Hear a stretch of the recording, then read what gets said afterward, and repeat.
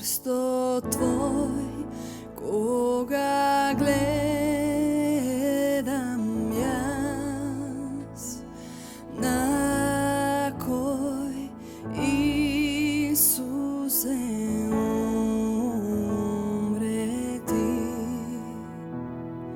se vredno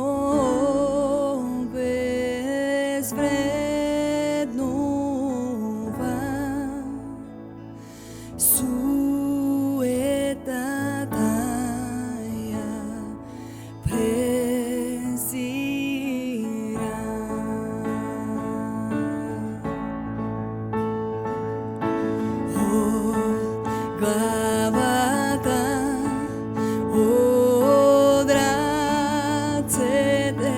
tvoj, ljubov i taga se izleva, nikade ne sum videl jas, kruna otrnje da ispleta.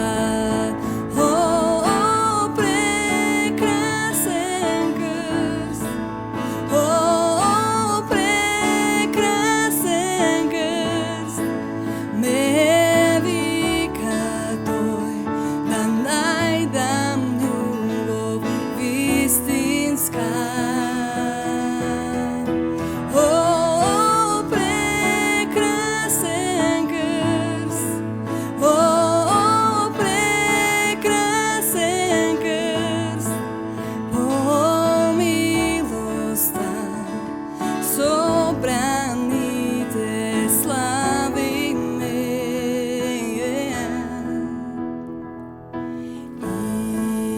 Iako dadam od sebe del,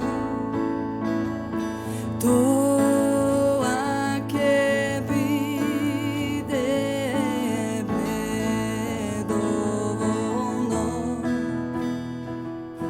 ljubov ta tvoja prekrasna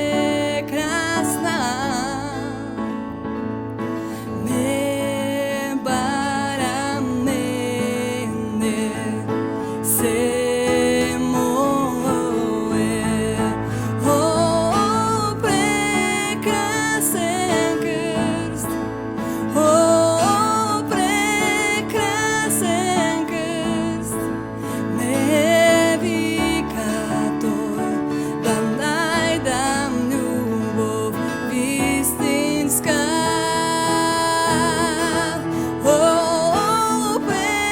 Prekrasen krst, prekrasen krst, pomilosta sobranite slavi me.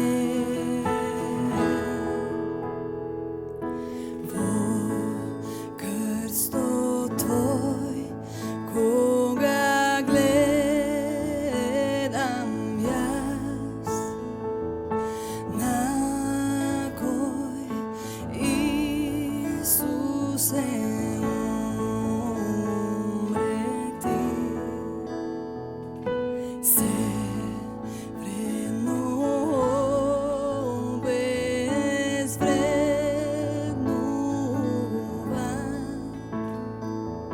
sueta taja prezira.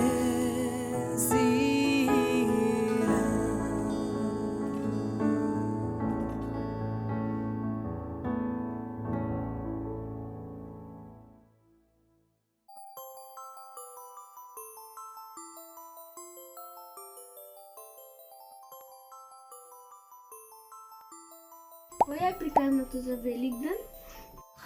Јас ќе ви кажам, Исус дојде да ни ги плати нашите гревови, бидејќи многу не сака.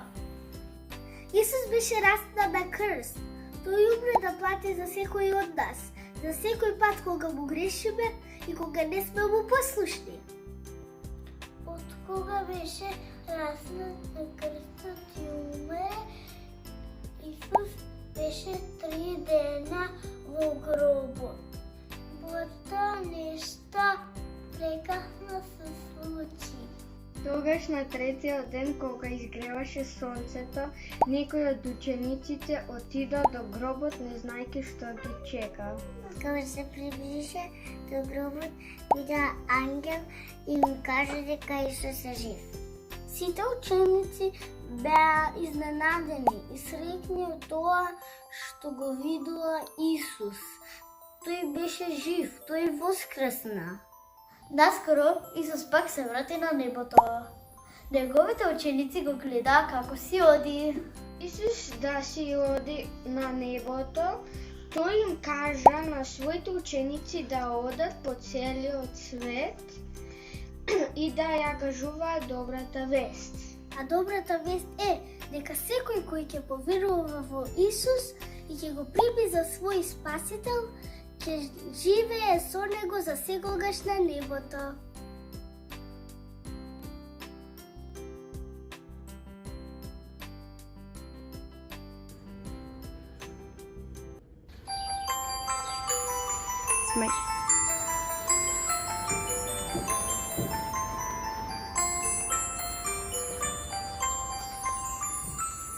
Ај стани ти, сврти се, зашто јас сум жив.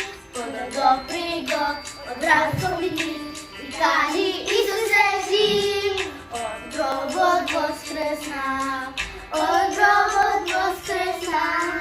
Тој не е мртов, тој е жив. Од гробот воскресна. Ај стани ти, сврти се, зашто јас сум жив.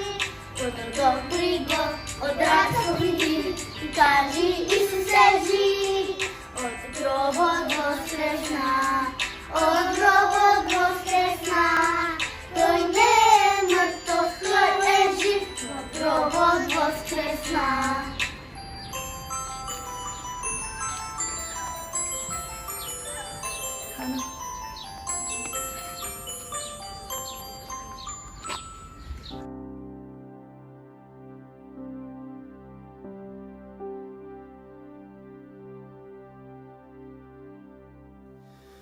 Христос воскресна.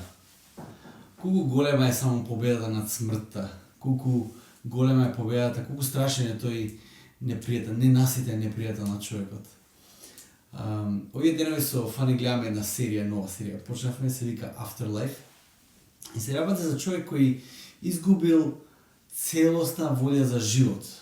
Ја изгубил сопругата после тешка битка со рак. И човекот не гледа никаква поента тој да биде жив кога сопругата му е мртва, таа љубовта на неговиот живот. И тој многу храбро, многу така ноншалантно изјавува дека воопшто нема страф од смртта, дека размислува да се самоуби, устилот размислува, вика јас можам сега да правам што сакам, затоа што на крајот на денот јас секогаш можам да се самоубијам. Тоа е интересно дека тој се бори цело време со тие суицидни мисли, има неколку неуспешни обиди, но тоа што ќе го разбере е дека колку и храбро и ноншалантно да изјавува дека нема никаков страф од смртта, секогаш кога ќе дојде до тој момент да си го одземе животот или неговиот живот да биде во опасност од некој друг, тој има страф. Смртта предизвикува страф кај човекот. Моето прашање за нас денес да размислуваме е дали Исус имал такви мисли? Дали Исус почувствал страф? Дали Исус, знаејќи што го чека во Јерусалим, имал внатрешна борба? Дали го облевале, не знам, топли бланови или ладна пот? Дали Исус се соочува со такво искуство? Можеме тоа лесно да го видиме во Евангелието според Јован, денес што ќе го читаме текстот. Јован 12 глава, 27 до 33 стих. Вели вака. Душата сега ми се нажали. И што да кажам? Оче, избави ме од овој час. Но заради тоа и дојдов за овој час. Оче, прослави го името свое. Тогаш дојде глас од небото. И прославив, и пак ќе прославам. А народот, што стоеше кога го чу тоа, велеше загрмни. Други пак рекоа, ангел му проговори. Исус одговори и рече, овој глас не беше заради мене, туку заради вас. Сега е судот на овој свет, сега кнезот на овој свет ќе биде исфрлен надвор. И кога јас ќе бидам издигнат од земјата, сите ќе ги привлечам кон себе. А ово го зборуваше за да покаже со каква смрт ќе умре. Дали нашата слика за Исус е доволно голема да разбереме дека тој беше длабоко вознемирен?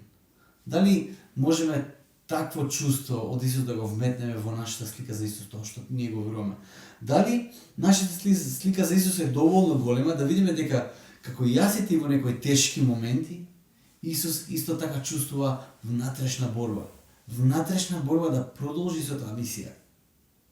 Многу интересен момент е тоа. Човечкото во него сакаше да го избегне тоа страдање. Но тој со силна волја се предаде во војата на таткото. Исус знаеше зошто е роден, зошто е дојден. Исус знаеше дека ќе страда.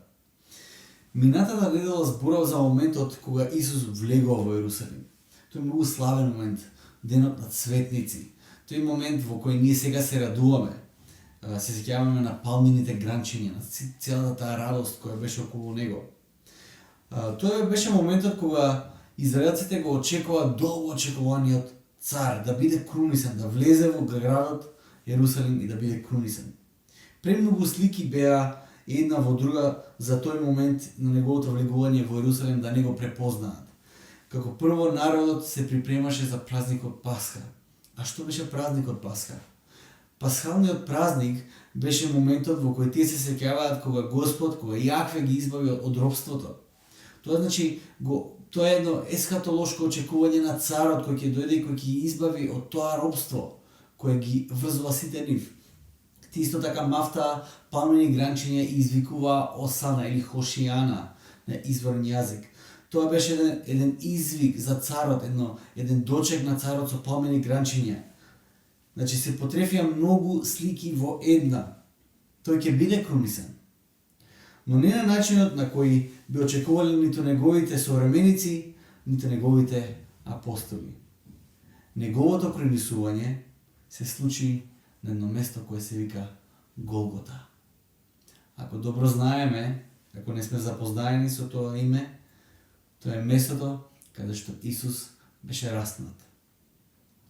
Во тој момент нешто многу важно се случува кое треба да го разбереме.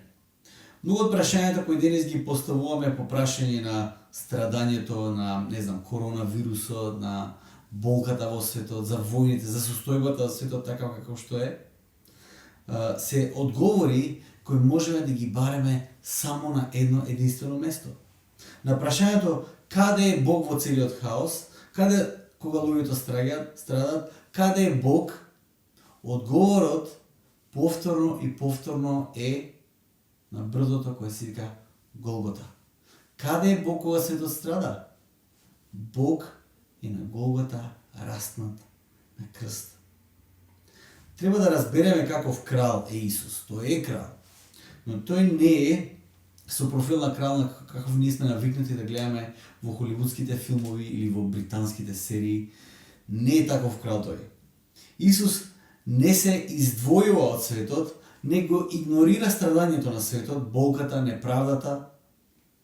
Тој отиде во центарот на болката, центарот на страдањето и неправдата и токму во средината на таа страшна бура тој пострада и донесе спасение. Во центарот на болката на светот, агонијата на секој поединец, во нетешките моменти на загуба, Исус треба да го видиме не како некој кој се издвоил, избегал и кој се само заштитил, туку како Божиот син, кој клечи во Гецеманија, плаче и се моли. Како негови следбеници, христијаните и јас и ти, по примерот на Исус, ние мора да научиме на важна работа. Исус не учи како да избегаме од страдање по секоја цена, туку не учи како да страдаме. бидејќи страдањето е дел од овој свет. Исус не ни учи како да избегнуваме сиромаштија по секоја цена, туку како да постапуваме со сиромасите. Богатството и немаштијата се дел од овој свет. Павле ќе каже: научив да живеам во богатство и во скудност. Исус не ни учи како да не бидеме болни, туку како преку болката повторно да го прославиме нашиот небесен татко. По примерот на Исус ние не сме повикани да го избегнеме светот со сите своји убави моменти, но и со сите своји тешки моменти. Туку длабоко да се впуштиме во овој свет и преку молитва да сострадаме со светот, држејќи се за конечната надеж дека овој свет не е нашата конечна цел, туку светот кој допрва доаѓа. Исус е кралот кој доаѓа, кој се враќа. Ние сега сме во исчекување. Ние сега сме во исчекување на кралот кој се враќа. Ситуацијата не е толку едноставна од самиот почеток, посебно од моментот кога тој беше распнат. Исус страдаше со светот, ја почувствува болката на светот и злото во најдиректна форма се манифестираше во моментот кога беше осудуван, измачуван и распнат. Иако крстот е местото на кронисување, сепак крстот за првите апостоли беше едно нешто, беше смрт за нивната надеж. Кога Исус умре на крстот, умре и нивната надеж. Тоа беше искуството на првите апостоли, на првите следбеници, на сите тие кои го познаваа Исус. После крстот ниеден од неговите и најголеми поддржувачи не гледаше никаква надеж во Исус. Лука во своите евангелии запишува една приказна за двајца негови ученици кои оделе по патот и разговарале. И доаѓа Исус, тие не го препознаваат и тие му раскажуваат случката на Исус дека нивниот Месија бил распнат и викат вака: а ние мислевме, ние се надевавме дека тој е оној избраниот кој ќе го избави Израел. Петар во своите евангелие според Јован можеме да видиме дека очевидно се враќа на работата која работеше пред да тргне на мисија со Исус. Едноставно се враќа на риболовот. Мисијата со Исус можеби во тој момент ја гледа како една убава, не знам, прекрасна, романтична сезона од својот живот, но сега нема никаква надеж. Но местото на кое можеме да го видиме вистинското владење на Исус е едно место. Местото на неговото кронисување е Голгота, но местото на владењето на Исус е во празниот гроб. Тоа е нешто кое никој не го очекуваше. Апсолутно никој. Ниту неговите апостоли, ниту неговото семејство, ниту неговите противници, апсолутно никој не очекуваше такво нешто. Имаше муабети од овие што беа малце поучени во општеството, фарисеите, првосвештеникот. Они разбраа дека Исус зборуваше за некакво воскреснување, дека тој ќе стане и затоа поставија стража на гробот. Но никако не очекуваа дека Исус ќе воскресне. Може би очекуваа неговите ученици да одат да го украдат неговото тело, но никако Исус дека ќе воскресне. Сите кои отидоа према гробот тоа неделно утро очекуваа нешто кое секој нормален човек би го очекувал. Мртовец, тело на мртовец во гробот. Воскресение во тој свет, во таа епоха, не очекуваше никој. Ниту некој веруваше дека такво нешто е возможно. Евреите веруваа дека можеби ќе има воскреснување, но на крајот на времето. Но дури ни сите евреи не веруваат дека има воскресение. Но со Исус се случи нешто многу необично. Воскресението кое се очекуваше на крајот на времето се повлече на средината на времето и во Исус можеме да видиме како воскресението изгледа. Тоа како што пишува Павле, тоа е во Колосијаните, тоа е првиот плод. Тој мора да биде првиот плод на новото создание. Воскресението кое се случи во средината на времето е силата која никој не очекуваше. Таа не беше ни дел ни од најлудите соништа на апостолите. Тие очекуваа нешто друго. Кога тие зборуваа за Месија, тие очекуваа Месија кој ќе дојде, кој ќе влезе во Јерусалим, можеби на кој не на магаре како што влезе Исус, мајде помина тоа, Влезе Исус во Јерусалим и очекува кој ќе седи од лево и од десна страна негова. Да владеат во Јерусалим, Израел да стане светска сила и на тој начин Исус да донесе конечна правда во целиот свет. Но постојано тие воопшто не го разбира Исус. Едноставно не го разбра кога Исус зборуваше што навистина ќе се случи. Кога беше Исус распнат и погребан, нив ги обзеде бунило и страв. Толку многу верува во него и толку многу пророштва и чуда се поклопија што едноставно немаше шанси Исус да не биде Месијата. Но никако не може да го вклопат крстот и гробот во целата приказна. Се додека не се случи празниот гроб, кој на почетокот донесе уште повеќе бунило. Но подоцна стана најголемата, најцврстата надеж за нивната вера, за нивниот живот, за нивната иднина и за се што тие се. Празниот гроб е најголемата надеж на христијаните. Заради празниот гроб приказната за Исус е напишена. Заради празниот гроб црквата постои. Заради празниот гроб Библијата постои. Заради празниот гроб нашата надеж е целосна. Само заради празниот гроб.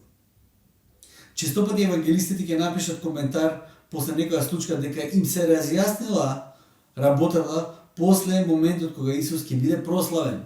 Кажуваат, кога пишуваат во Евангелието, кажуваат, не го разбрахме во тој момент, но откако Исус се прослави, откако тој воскресна, тие разбра што Исус сакал да каже. Воскресението беше оној дел од сликата кој даде смисла на целата мисија на Исус, на се што тој кажа и направи, за се што тој тврдеше дека е, и смисла на целата природа на човекот и за нашето постоење. Воскресението не даде смисла само за Исус кој бил и што направил, туку даде смисла и за нас кои ние сме. Воскресението ги одговори нашите суштински прашања. Воскресението потврди дека смртта која не уништува е безсмислена. Воскресението тоа го потврди. Воскресението потврди дека распадливоста која силно не растажува не мора да биде конечна. Воскресението потврди дека правдата која толку многу сакаме да биде задоволена, во конечност е задоволена. И што сега? Што се случува сега со нас, после празниот гроб? Ние сега, како што кажа, сме во времето кога го чекаме враќањето на кралот. Но кога тој ќе се врати, тој ќе ја открие својата слава во целост. Тоа е нешто кое Исус одлучи да го направи покрај се. Покрај тоа што многу ќе боли, покрај стравот што го имаше. Во првите моменти кога се соочува со тоа вознемиреност, кога кажа на апостолите, вознемирена е мојата душа, се вознемирив. И што да кажам сега, да ме одмине оваа чаша? Вели, јас за тоа дојдов. И тој се моли една интересна молитва. Татко, прослави го Твоето име. Тогаш дојде глас од небото, вели Јован, кој глас кој рече вака: го прославив и пак ќе го прославам. Славата Божја е суштински дел од мисијата на Исус. Славата Божја. Славата Божја е местото на кое може да присуствува само оној кој е повикан директно од Бог. Тоа можеме да го видиме во случајот со израелците кои излегуваа од Египет. Тие стоја до планината Синај и Господ со својата слава слезе на планината во вид на облак и Господ каже да се огради планината и никој да не смее да ја премине таа линија. Таму единствено одеше Мојсеј. Мојсеј можеше да влезе во тој облак. И сите беа оплашени. Славата Божја е страшно место. Сепак, во Библијата имаме таа есхатолошка слика за моментот кога сите луѓе на земјата ќе му ја даваат таа слава на Бог и ќе уживаат во неговата слава. Бог во Бројеви 14:27 вели вака: но јас сум жив и со Господовата слава е полна целата земја. Може би не сме ни свесни, но целата земја е полна со Божјата слава. Во овој случај, за израелците во тој момент, Славата Божја беше таа спасителна сила која ги изведе од робството. Во Авакум 2.14 Бог вели вака: зашто земјата ќе се наполни со знаењето на Господовата слава, како што водите го покриваат морето.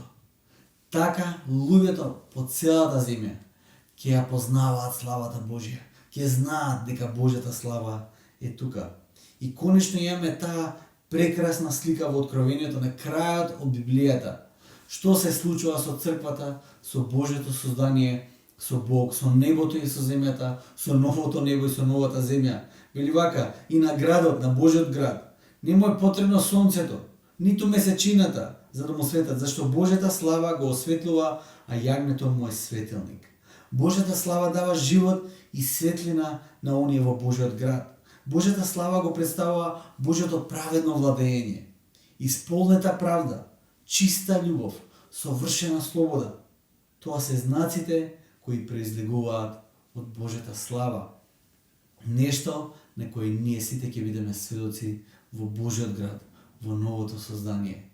Бог и неговата слава ќе бидат изворот на нашето постојање во целост. И сите ние ќе бидеме сведоци за Господовата слава по целата земја. Ние, црквата, јас и ти, имаме важна улога во Божјата намера и план за оваа земја. Господ ја носи обновата на целото создание преку круната и врвот на своето создание. Тоа е човекот, тоа сме јас и ти. Јас и ти сме посебни. Ние сме круната на Божјото создание. Преку нас тој сака да ја носи обновата во овој свет. Бог ја стартуваше таа мисија со тоа што вечниот збор, Бог, стана човек, стана еден од нас, го откупи и обнови врвот на своето создание.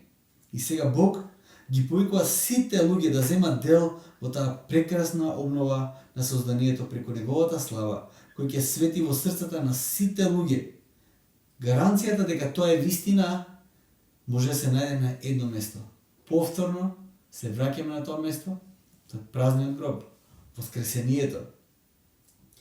Ако Исус е крунисан, тоа е зошто се уште сме сведоци на свет онакав како што го искусуваме, со болка и со страдање. Тоа е многу важно прашање. Веќе одговорив дел од тоа прашање, но да ископаме малце подлабоко. Онаа горчина што ја чувствува псалмистите, горчината која ја чувствуваш секојаш, која те боли, која правдата е силувена и е неисполнета, а ти не можеш ништо да направиш по тоа прашање, освен можеби да се дрзнеш да напишеш некој Facebook пост. Како се чувствуваш? Имаш горчина во устата, во срцето. Во овој момент, човештвото е толку повредено што не може ни да слуша реален мобет на тие теми. Правда, слобода, љубов. Дури кога разговараме за тие теми се земат со резерва. Голем дел од човештвото има изгубено секаква доверба и надеж дека тие нешта се реални.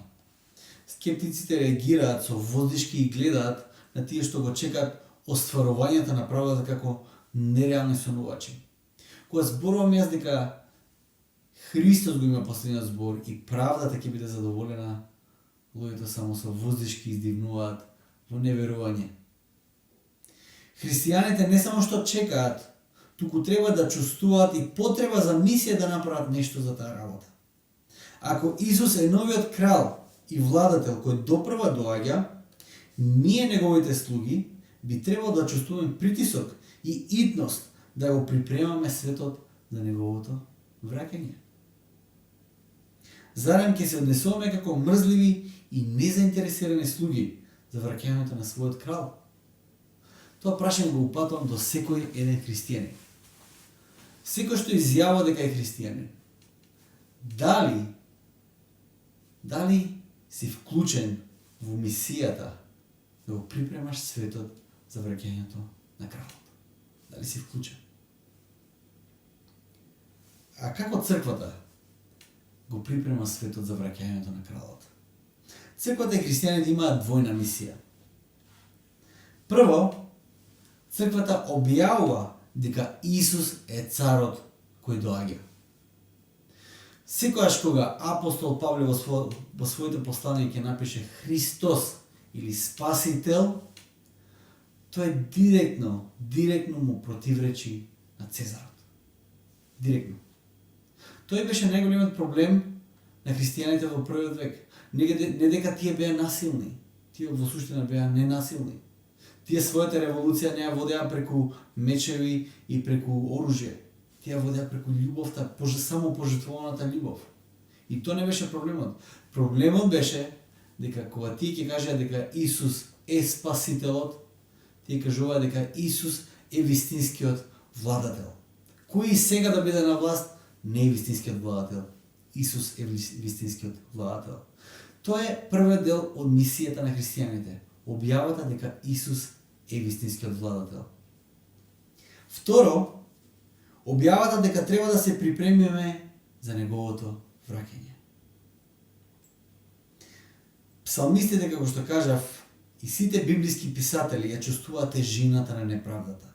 Пишуваат дека и луѓето, но и целата природа се во исчекување на задоволената правда, на средувањето на светот, на донесувањето на светот во обновата на своето постојање. Правдата, слободата и љубовта ќе бидат остварени. Исус го покажа правецот. Луѓето се повикани да тргнат по тој пат на обновата. А кој е патот на обновата? Како ние го припремаме светот за враќањето на кралот? Во Матеј 28 глава 18 стих, тоа се последните зборови на Исус пред да се вознесе. Тогаш Исус им се приближи и им рече: дадена ми е сета власт на небото и на земјата. Тој е оној кој има целата власт и целата моќ. Заради неговото воскресение црквата постои. Заради неговото воскресение неговите апостоли му беа верни дури и до смрт. Јаков, кој беше брат на Исус, беше еден од првите силни водачи на црквата, на првата црква, кој својот живот го загуби затоа што стоеше на својата вера дека неговиот брат Исус е Божи син. Моето прашање, што треба се да направиш за брат ти да ти поверува дека ти си Божи син? И за таа изјава да биде спремен да умре. Освен ако сето тоа што Исус го кажал и го направил и воскресението не е вистина. Вистината е дека Исус е легитимниот владател на светот чие враќање го исчекуваме. А припремата ја гледаме во овие последни зборови на Исус. Така одејќи, направете ги сите народи мои ученици, крштевајќи ги во името на Таткото и Синот и Светиот Дух, учејќи ги да пазат се што сум ми заповедал. Патот на преобразбата е во Исусовите зборови кои се оставени токму овде во овие последни зборови на Исус. Преобразбата на поединецот преку покаяние и преку животот, преку новиот живот, преку Евангелието, носи до преобразба на заедницата, која носи до преобразба на светот. И припремата на светот за дочекот на кралот кој се враќа. Тоа е нашата мисија. Црквата има силна мисија. Не да се издвои и да се оди од светот, туку длабоко да се впушти во обновата на светот. Во срцето на болката, во центарот на страдањето, да клечи, да моли и да го живее Евангелието. Тоа е мисијата на црквата за обновата на светот. Исус ветува, со последните зборови, ветува едно нешто, дека тој ќе биде со нас до самиот крај. Дека нема да не остави сами. Да ве прашам, дали твојата надеж е целосно положена во воскреснатиот Исус? Дали си ученик на Исус и дали пазиш се што Исус ти заповедал? Нема друг начин. Тоа е начинот на кој црквата ја врши својата мисија во светот. Дали надежта во Исус се манифестира во таа нескротлива радост. Радоста на воскресението. Нека Господ Исус Христос остане со сите вас. Христос воскресна.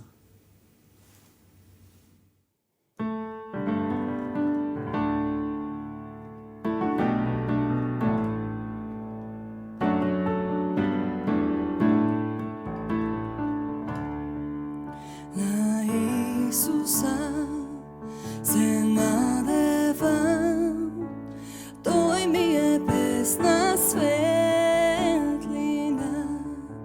Тој силен камен темелник, истраен во неволја, во љубовта Христова.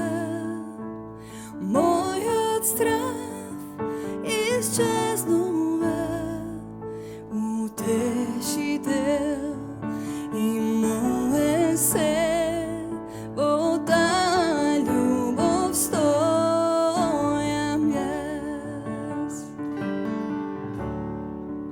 На Исуса се надевам, Богото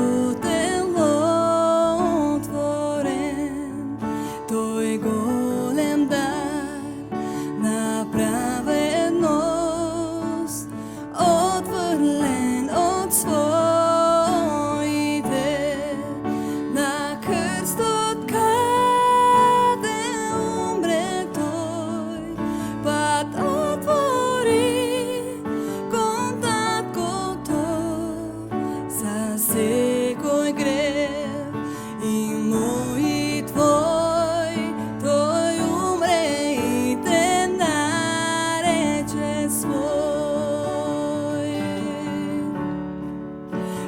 Земја беше положен, светлина Божја распната, и тогаш Исус прославен, на третиот ден тој воскресна, и стои како победник, а гревот скршен пушта крик. Јас негов сум, и тој е мој, во Исус Христос откупен.